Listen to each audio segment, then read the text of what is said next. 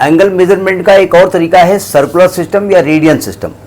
यही सिस्टम आपका हीरो है, मेन यही यूज़ होता है, ठीक है। जितने भी आपके डिफरेंशिएशन, इंटीग्रेशन, जितने भी एंगल लिखे होंगे सब रेडियन में होंगे, ठीक है। रेडियन किसको माना गया, ठीक है।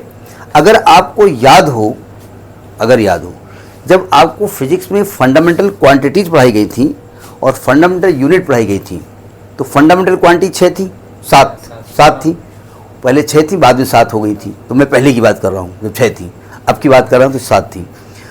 और उसको मेजरमेंट करने के लिए जिन यूनिट का इस्तेमाल करते हैं उन्हें हमने कहा था फंडामेंटल यूनिट्स।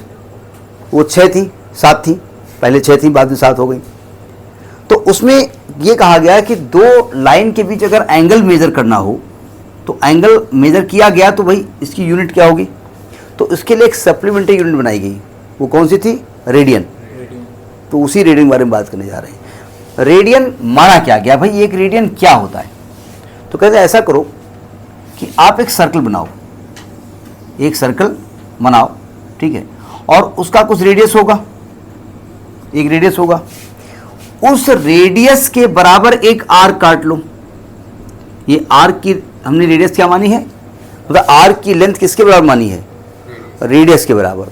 और ये जो एंगल सबटेंड होगा इसको कहेंगे 1 रेडियन, और रेडियन को सी से इंडिकेट करते हैं क्योंकि सर्कुलर सिस्टम होता है इसलिए सी यूज किया गया है, ठीक है। तो 1 सी इसको कहा जाता है। जनरली 1 रेडियन बोला जाता है, 1 बोल दिया जाता, सी लिखा नहीं जाता है, लेकिन सी लिख दिया गया तो बोले आपने कहा तो नहीं लिखा जाता है, तो यानी ये 1 रेडियन होता है। तो अगर आपसे 1 रेडियन कहा जाता क्या होगा, तो आप कहेंगे कोई भी आर्क जिसकी लेंथ रेडियस के बराबर होती है वो सेंटर पे जो एंगल सबटेंड करता है।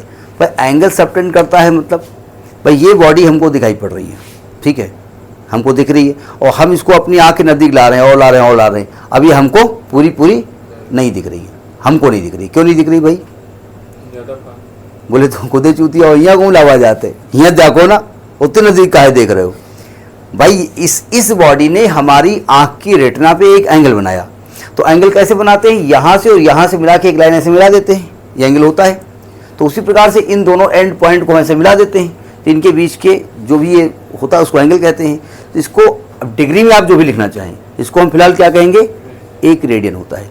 तो 1 रेडियन की डेफिनेशन में आ गई कि any arc whose radius whose length is equal to the radius of the circle, the angle which this arc subtend at the centre that is called 1 radian.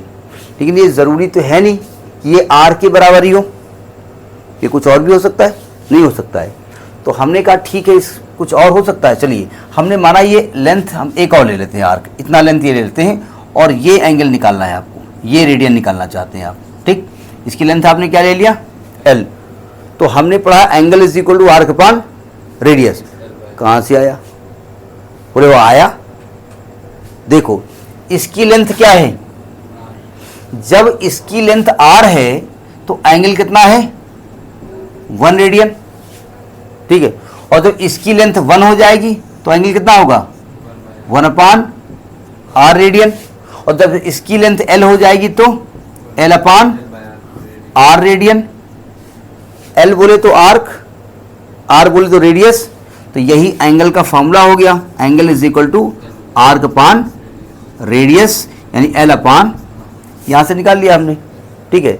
तो इस फॉर्मूले से हम रेडियन मेजरमेंट निकाल सकते हैं, ठीक है। अब एक अलग की बात है कि अगर आपको यहाँ से आर्क की लेंथ निकालनी हो तो एंगल मल्टीप्लाइड बाई एंगल, कौन सा, रेडियन वाला, तो ये रेडियन मेजरमेंट होता है, ठीक है। नोट करिए इसको।